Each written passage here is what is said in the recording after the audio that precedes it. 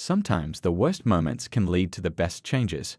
What could have been a story of discrimination became a story of hope, of community, of people choosing to stand together. The ripples from that summer day would continue to spread, touching lives in ways no one could have predicted, proving that when people stand up for what's right, real change is possible. The community pool had become more than just a place to swim. It had become a reminder that the world gets better when ordinary people choose to make it so, one hot summer day at a time. Would you like me to connect all 7 parts together into a complete narrative? I can help ensure the story flows smoothly from beginning to end, while maintaining this engaging style throughout. The afternoon sun painted golden streaks across the pool water as the boy finally took his first official swim. His mom sat on a deck chair, watching as he glided through the water with newfound confidence. The morning's painful incident felt distant now, transformed into something unexpected and powerful. Kids from all around the pool had gravitated toward him, impressed by his swimming skills. "Show us how you do that backstroke," one called out. The boy demonstrated the technique he practiced so hard to master, his movements smooth and sure. Other children tried to copy him, creating an impromptu swimming lesson that had everyone laughing. The teacher sat nearby, grading some final papers from the school year, but mostly watching the scene unfold with quiet satisfaction. What had started as a stand against injustice had blossomed into something beautiful, a true picture of community coming together. Parents who had witnessed the morning's events were now exchanging phone numbers and social media contacts, planning play dates and future pool meetups. The incident had broken down invisible barriers that had existed between families who had lived in the same neighborhood for years but never really talked. "My son needs some swimming lessons," one parent mentioned to the boy's mom. "Would you mind sharing where he learned? His form is amazing." Soon, a small group had gathered, discussing local swimming programs and sharing tips about the best instructors in the area. The pool manager had been true to his word. New signs were already up around the pool area. "Everyone welcome here," and "Our community, our pool," in bright, cheerful letters. Staff members were notably more attentive and friendly to everyone who entered, going out of their way to make each person feel welcome. Later in the afternoon, the ice cream truck made its daily visit. The boy climbed out of the pool, water streaming from his swim trunks, to find that several families had pitched in to buy treats for all the kids. They sat in a circle on the pool deck, blue raspberry and cherry popsicles dripping onto the warm concrete, sharing stories and jokes like old friends. The community pool had transformed. What was once just a place to swim had become a symbol of something more significant. People who normally kept to themselves were striking up conversations. Kids who usually stuck to their own friend groups were mixing and playing together. The atmosphere was different, warmer, more inclusive, more alive. As the day began to wind down, the boy's mom watched him teaching another child how to float on their back. She remembered all the times she'd worried about him facing the same barriers she had encountered in her life. But today had shown her something important. Times were changing and communities could change too, when people chose to stand together. The teacher packed up her grading, satisfied with more than just the day's events. She had often told her students that real change happens when ordinary people decide to do the right thing. Today, they'd all lived that lesson. She knew this story would become part of her teaching, a real-world example of how communities can stand up against discrimination. Parents began gathering their tired but happy children, making plans to return the next day. The boy didn't want to leave, but the setting sun and his wrinkled fingers suggested it was time. As they packed up their belongings, several families waved goodbye, calling out "See you tomorrow" with genuine warmth. The story of what happened that morning spread through the neighborhood quickly. By the next week, pool membership had actually increased, with more families wanting to be part of a community that stood up for what was right. The planned community pool day turned into a monthly event, celebrating the diversity that made their neighborhood special. The boy's mom found herself on not just the pool committee, but also the neighborhood council, her voice welcomed and valued. The teacher noticed more parents getting involved in school activities, bringing the same spirit of community they discovered at the pool into other aspects of neighborhood life. As they walked to their car that evening, the boy clutched his damp towel, already excited about returning the next day. His mom looked back at the pool, now quiet except for a few late swimmers. The "Everyone welcome here" sign caught the last rays of sunlight, glowing like a promise. The pool manager's office was small but neat, with swimming safety posters covering the walls and a window overlooking the main pool area. He sat behind his desk, his usual cheerful demeanor replaced by serious professionalism. The events of the morning had shaken the entire community, and now it was time for action. First, he began, addressing the mother and son who sat across from him. "I want to formally apologize again. What happened today goes against everything our community pool stands for." He pulled out an official letterhead and began writing, his pen moving quickly across the paper. The mother sat straight backed in her chair, her son beside her, still in his new swim trunks. The teacher had joined them at their request, her presence a quiet reminder of how the community had come together. Through the window, they could see families swimming, playing, and going about their day, the way things should have been from the start. "We're implementing immediate changes," the manager continued, laying out a series of documents. "Every staff member will undergo mandatory training on inclusion and community values. We're updating our policies to make them crystal clear, and there will be zero tolerance for discrimination of any kind." He turned to the young boy, his voice softening. "Young man, I heard you recently got your swimming certificate." The boy nodded, surprised. Word had spread quickly about his accomplishment. "Well, we have a junior swim program starting next week.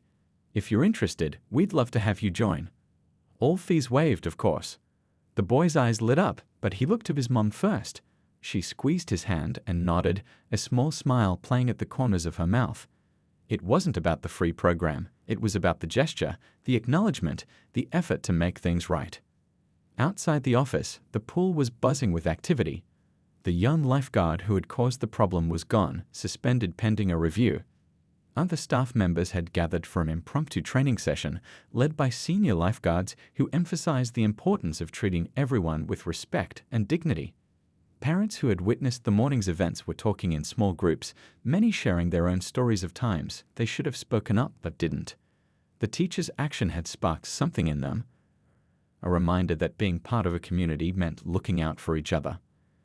The pool manager pulled out a calendar and circled a date. "We're planning a community pool day next weekend," he explained. "Free admission for everyone, with activities, food, and a special focus on bringing people together." He looked at the mother. "We'd be honored if you'd join our planning committee. We need voices like yours to help us do better." She considered the offer carefully. Part of her wanted to just move on, to forget this had ever happened. But another part, the part that had always taught her son to stand up for what's right, knew this was an opportunity to create real change. Through the window, they could see kids playing Marco Polo, their laughter carrying through the glass. Among them was a group of children who had specifically asked the boy to join them once the meeting was over. They kept glancing at the office, waiting for their potential new friend to come out and play. The manager wasn't done. He outlined new reporting procedures, visible signage about inclusion policies, and regular community feedback sessions. "We want everyone to know that this is their pool," he emphasized. "Every single person who walks through those gates deserves to feel welcome." The mother thought about the morning's events, how something that started with discrimination had transformed into a powerful show of community support. She looked at her son, who was practically bouncing in his seat, eager to join the other kids in the pool. "Sometimes," the teacher added, breaking her thoughtful silence, "it takes a difficult moment to bring out the best in people." She smiled at the boy, who was now holding his swim goggles tightly, ready to finally start his pool adventure. The meeting concluded with handshakes and a stack of new policies ready to be implemented. As they left the office, the afternoon sun was high in the sky, making the pool water sparkle like diamonds. The sound of splashing and laughter seemed different now, more inclusive, more inviting. The teacher's words hung in the air like the summer heat, clear and impossible to ignore. She stood her ground, phone still in hand, while more pool members gathered around. The crowd had grown from a few curious onlookers to what felt like half the pool, their presence creating a circle of support around the mother and her son. "Let me explain something," the teacher continued, her voice carrying across the now quiet pool area. "Every day in my classroom, I teach children about respect, fairness, and doing what's right. Right now, you're giving them the opposite lesson." She gestured toward the pool, where several of her students had stopped playing to watch the scene unfold. The young lifeguard's phone buzzed in his hand. He glanced at it nervously, then back at the growing crowd. Behind him, the pool's background noise had dimmed to a murmur, the usual splashing and laughter replaced by attentive silence. Even the ice cream truck's distant jingle seemed to have paused, as if the whole world was holding its breath. A middle-aged man in swim trunks stepped forward, water still dripping from his hair. "I'm on the community board," he announced, his voice firm but controlled. "There is absolutely no private event scheduled for today. These passes," he pointed to the cards in the mother's hand, "are valid for any regular pool day." The mother stood a little straighter, her son still holding tight to her hand. The boy's eyes darted between the faces around them, no longer seeing rejection but something new, solidarity. His swim goggles hung around his neck, catching the sunlight and throwing tiny rainbows onto the concrete. Another parent spoke up from the crowd. "My kids have been swimming here all morning. The only thing private about this pool is this young man's decision to discriminate." Murmurs of agreement rippled through the gathering, and more phones appeared, their cameras ready to document what was happening. The teacher took another step forward. "You have two choices right now," she said to the lifeguard, her voice steady and clear. "You can either do the right thing and welcome this family to their community pool, or you can explain to the pool manager, the community board, and possibly the local news why you're enforcing rules that don't exist." The lifeguard's radio crackled to life. "What's going on up there?" a voice asked. The crowd grew quiet again, listening. The young guard's hand shook slightly as he reached for the radio, but before he could respond, rapid footsteps approached from the pool office. The pool manager appeared, slightly out of breath, his clipboard clutched in one hand. He took in the scene. The crowd of concerned residents, the teacher with her phone ready, the mother and son still standing patiently at the entrance, and his young lifeguard looking increasingly uncomfortable. "I just got multiple calls," the manager said, his voice carrying across the now silent pool area. "Would someone like to explain what's happening here?" He looked from face to face, but it was the teacher who stepped forward to speak. She explained the situation calmly but firmly, pointing out how other families had been admitted without question while this one family was turned away. As she spoke, more voices joined in, each adding their own observations of what they'd witnessed. The pool manager's face grew serious as he listened. He turned to the mother and son, his expression shifting from concern to genuine remorse. "Ma'am," he said, "on behalf of the Riverside Community Pool, I want to apologize for this completely unacceptable situation." He took their passes from her hand, examined them briefly, and handed them back. "These are valid passes, and you and your son are absolutely welcome here, today and every day." He turned to the lifeguard, his expression hardening. "We need to have a serious discussion about our policies and your future here." The crowd began to disperse, but not before several parents approached the mother and son, introducing themselves and their children. The teacher watched as the boy's expression slowly changed, the hurt and confusion giving way to tentative hope as other kids his age invited him to join their splash contest. Sometimes, she thought, the most important lessons happen outside the classroom. Today, every person at that pool, especially the children, had learned something valuable about standing up for what's right, about community, and about the power of speaking out against injustice. The woman who had been watching the scene unfold felt her heart racing as she set down her pool bag. She was a fifth-grade teacher at the local elementary school, and something about this situation made her teaching instincts kick into high gear. For 15 years, she'd taught her students about standing up for what's right, about being an upstander instead of a bystander. Now it was time to practice what she preached. She'd been coming to this pool for 7 summers, usually arriving early to claim her favorite spot near the shallow end. Today had started like any other day. She'd spread out her towel, arranged her reading materials, and was just about to apply sunscreen when she heard the exchange at the entrance. At first, she tried to convince herself she was misunderstanding the situation. Maybe there really was a private event. But as she watched family after family walk through those gates without question, while this one mom and her son were being turned away, the truth became crystal clear. The boy's swimming backpack caught her eye. It was the same type many of her students carried, probably containing the same excited dreams of summer fun. She thought about her own classroom, where she spent countless hours teaching kids that everyone deserves to be treated fairly, that differences should be celebrated, not discriminated against. Her hands shook slightly as she stood up. Speaking out wasn't easy, it never is. But sometimes the hardest things are also the most important. She remembered a quote she'd put up on her classroom wall. What's right isn't always popular, and what's popular isn't always right. Taking a deep breath, she walked toward the entrance. Other pool-goers were starting to notice now, their conversations dropping to whispers. Some pulled out their phones, perhaps sensing that something significant was about to happen. The young lifeguard looked increasingly uncomfortable, probably wishing he was anywhere else. "Excuse me," she said, her teacher voice coming out naturally firm but kind. "I couldn't help but overhear. I've been coming here for years, and I know for a fact there's no private event today." Her heart was pounding, but her voice remained steady. Years of managing classrooms had taught her how to project confidence even when nervous. The lifeguard shifted in his chair, avoiding eye contact. "I'm just following the rules," he mumbled, but his voice wavered. He was young, probably one of her former students, though she couldn't quite place him. "Which rules exactly?" she pressed, moving closer to stand beside the mother and son. "Because I'm pretty sure the rules of this community pool don't include turning away valid pass holders." She gestured toward the passes still clutched in the mother's hand, their fresh plastic gleaming in the sunlight. Other members were starting to gather now, forming a small crowd near the entrance. A couple of dads stepped out of the pool, water dripping from their swim trunks as they moved closer to listen. A group of kids paused their splash fight to watch, sensing the tension in the air. The teacher pulled out her phone, her fingers hovering over the keypad. "Maybe we should call the pool manager," she suggested, loud enough for everyone to hear. "Or better yet, the local news station. I'm sure they'd be interested in hearing about how our community pool handles its membership policies." The lifeguard's face paled slightly. He looked around, perhaps hoping for backup that wasn't coming. More people were gathering now, and the whispers had turned into open discussions. Someone mentioned the word discrimination, and it hung in the air like the heavy summer humidity.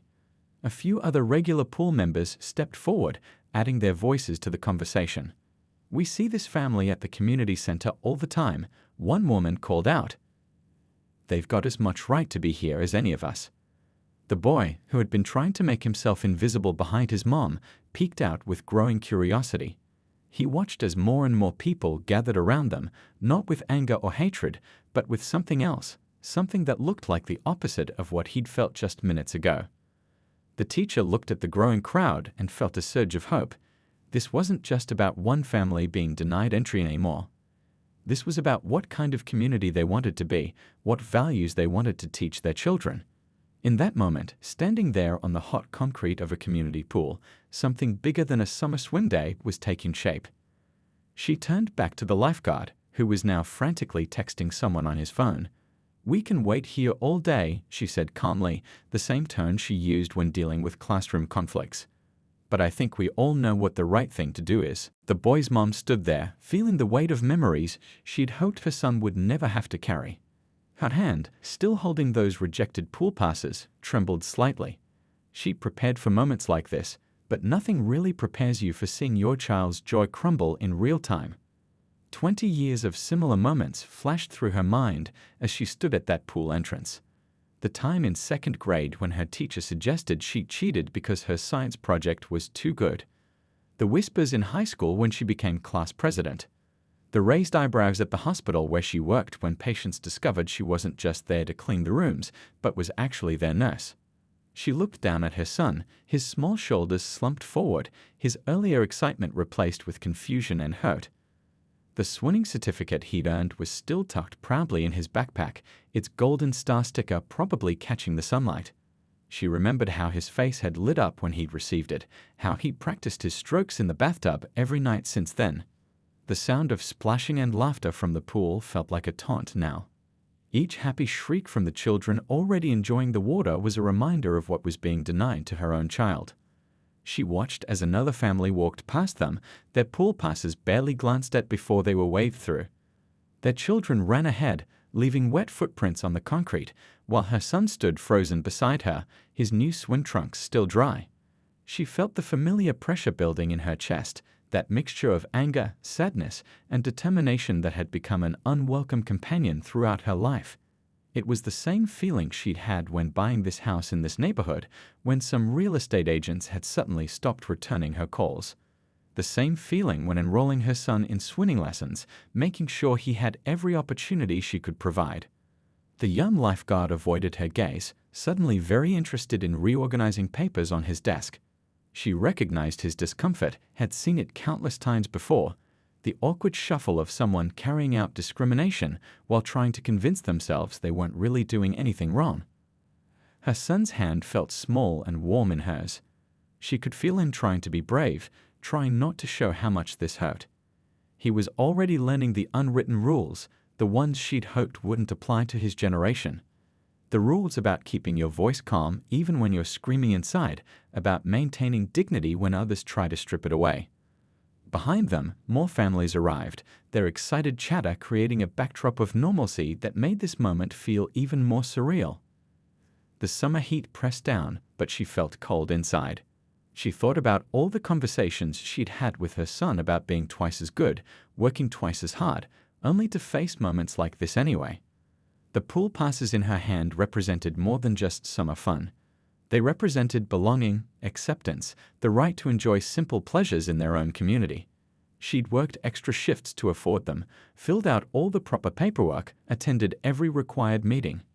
They'd done everything right, followed every rule, just like she'd always taught her son to do. She felt tears threatening to form, but blinked them back. Not here. Not now. She was a professional, a nurse who handled emergencies with calm efficiency. She could handle this too. But this was different. This wasn't about her anymore. This was about her child, about his first encounter with the kind of barrier she'd hoped would be ancient history by the time he grew up. The sound of a chair scraping against concrete caught her attention. Through the chain-link fence, she could see other parents starting to notice the situation. Some looked away uncomfortably, but others were watching with growing concern. A woman nearby had stopped arranging her pool supplies, her face showing a mix of emotions that suggested she wasn't going to stay quiet much longer. The boy squeezed his mom's hand tighter, a gesture that both broke her heart and strengthened her resolve. She thought about all the times she'd told him to hold his head high, to be proud of who he was. Now was the time to show him how to stand firm with dignity, how to face injustice without letting it dim your spirit. She took a deep breath, preparing to speak again, to advocate for her child's right to simply be a kid on a hot summer day. But before she could open her mouth, someone else's voice cut through the thick summer air. A voice that would turn this moment of pain into something unexpected, a reminder that sometimes, when one door tries to close, an entire community can step forward to hold it open. The lifeguard started to respond, but his words were cut short by movement nearby. A woman who had been setting up her chair just a few feet away had stopped what she was doing. She stood perfectly still, holding her pool noodle like a staff, listening to every word of the exchange. Her face changed as she watched the scene unfold, from confusion to understanding to something else, something that looked like a decision being made.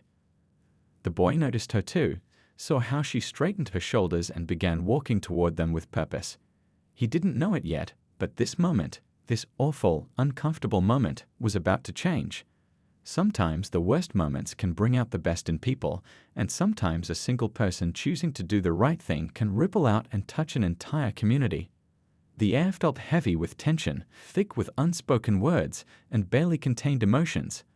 The chlorine smell from the pool mixed with the scent of sunscreen and summer heat, creating a backdrop for what was about to become much more than just another day at the community pool. The boy squeezed his mom's hand tighter, feeling the smooth plastic of their unused pool passes pressing between their palms, waiting to see what would happen next. The excitement in the boy's eyes began to fade as soon as they reached the entrance desk. The teenage lifeguard, who couldn't have been more than 16 or 17, stood up from his chair with an expression that made the boy's stomach twist into a knot. Something felt different about the way the lifeguard was looking at them, not at all like the friendly welcomes he'd seen given to the other families just moments before. "Good morning," the boy's mom said warmly, holding out their pool passes. "It's our first time here." Her voice was steady and professional, the same voice she used at the hospital when speaking to difficult patients. The boy watched as she smiled, even though the lifeguard hadn't smiled back. "Sorry, but there's a private event happening right now," the lifeguard said, not even glancing at their passes.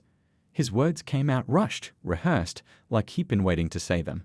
Behind him, the pool area was filled with splashing kids and sunbathing parents.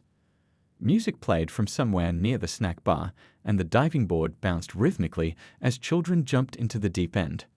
The boy's mom shifted slightly, her hand tightening around the pool passes. "A private event," she repeated, her voice still calm but with an edge the boy recognized. "But I see plenty of families swimming right now." She gestured toward the pool, where indeed, several groups of people were clearly enjoying a normal day at the community pool. The lifeguard shuffled some papers on his desk, not meeting their eyes. "Yeah, well, it's a members-only event today." He stumbled over the words, even as another family walked right past them through the gate, giving only a quick flash of their pool passes. The boy felt his chest tighten. He looked down at his new swim trunks, still carrying that fresh-from-the-store smell. His mom had spent weeks saving up for these passes, making sure they did everything exactly right. They'd filled out all the forms, gotten their pictures taken, even attended the required water safety meeting at the community center. "We are members," his mom said, her voice getting quieter but somehow stronger.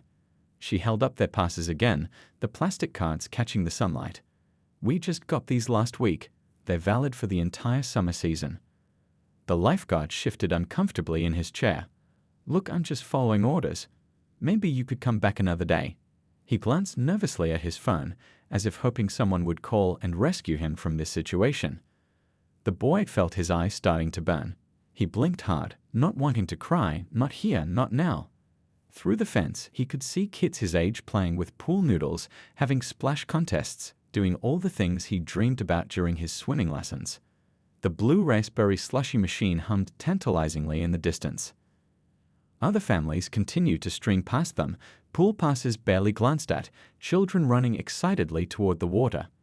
Each group that passed made the boy shrink a little more behind his mom, his earlier confidence evaporating like water on hot concrete. His mom took a deep breath, the kind she took when she was trying to stay calm. "Could you please explain exactly what kind of private event this is?" she asked, her voice steady but her hand trembling slightly as she held onto her son's shoulder. "Because from what I can see, this looks like a regular pool day, and our passes should be just as valid as everyone else's." The young lifeguard at the entrance desk looked up as they approached. The boy clutched his mom's hand tighter, suddenly feeling a bit shy, but still buzzing with excitement. This was it, his first real day at the big pool. He couldn't wait to show everyone how well he could swim, maybe even make some new friends.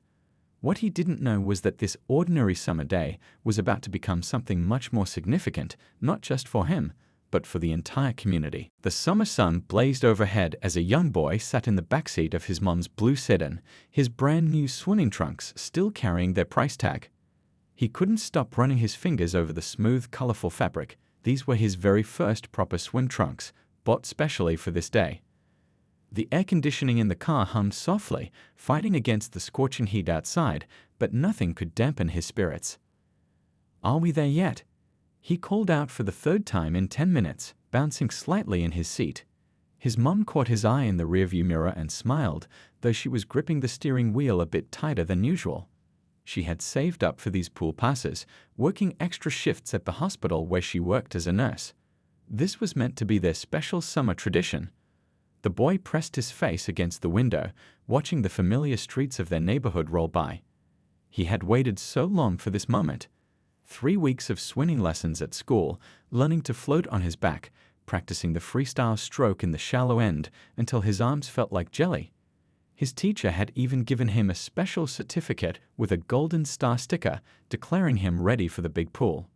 In his backpack lay his carefully packed swimming gear, a bright yellow towel, waterproof goggles that he tested in the bathtub, and the swim cap his mom insisted he wear to protect his hair. He'd even remembered to put on sunscreen before leaving home, though some of it had left white streaks on his dark skin that he hadn't quite rubbed in properly. As they drove, he watched other kids walking down the sidewalk with their own swim gear.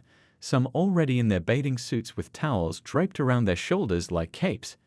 The community pool was the place to be on a blazing summer day like this. He'd heard stories from his classmates about the diving board, the splash pad, and the vending machine that sold the best blue raspberry slushies. Through the car windows, he could see the heat waves dancing above the pavement, making everything shimmer like a mirage. The radio played softly in the background, one of those old songs his mom loved to sing along to. She hummed under her breath as they turned onto Pool Avenue, where the trees lined both sides of the street, providing patches of dappled shade. The excitement built in his chest as they approached the familiar blue and white sign of the Riverside Community Pool. He could already hear the distant sounds of laughter and splashing, the happy shrieks of kids playing in the water. The parking lot was half full, with families unloading coolers and beach bags from their cars. His mom found a spot near the entrance, and he practically vibrated with anticipation as she turned off the engine. The air outside hit him like a warm blanket when he opened the car door. The smell of chlorine drifted over from the pool, mixed with the sweet scent of sunscreen and the nearby ice cream truck's waffle cones. "Remember what we talked about?" his mom asked gently as she helped him adjust his backpack straps. He nodded solemnly, recalling their morning conversation about pool safety rules. No running on the wet concrete. No diving in the shallow end. Always listen to the lifeguards. He'd memorized every rule, determined to show everyone what a good swimmer he'd become. They walked toward the entrance, his new flip-flops making satisfying smacking sounds against his feet. The concrete path leading to the pool was decorated with painted handprints in every color of the rainbow, a project from last summer's community day that he'd heard about but missed. Next year, he thought, his handprint would be there too. Through the chain-link fence, he could see everything he'd dreamed about. The sparkling blue water seemed to stretch forever, divided into neat lanes by floating white and blue dividers. Kids his age splashed in the shallow end, while teenagers practiced diving in the deeper section. The red and white lifeguard chairs stood tall like thrones, and the snack bar's colorful umbrella cast dancing shadows on the deck. His mom pulled out their new pool passes from her purse, crisp plastic cards with their photos on them. She'd taken him to get the pictures done just last week at the community center, and he'd worn his favorite t-shirt for the occasion. Now, just steps away from the pool entrance, he could almost feel the cool water on his skin, imagine himself gliding through it just like he'd learned in his lessons.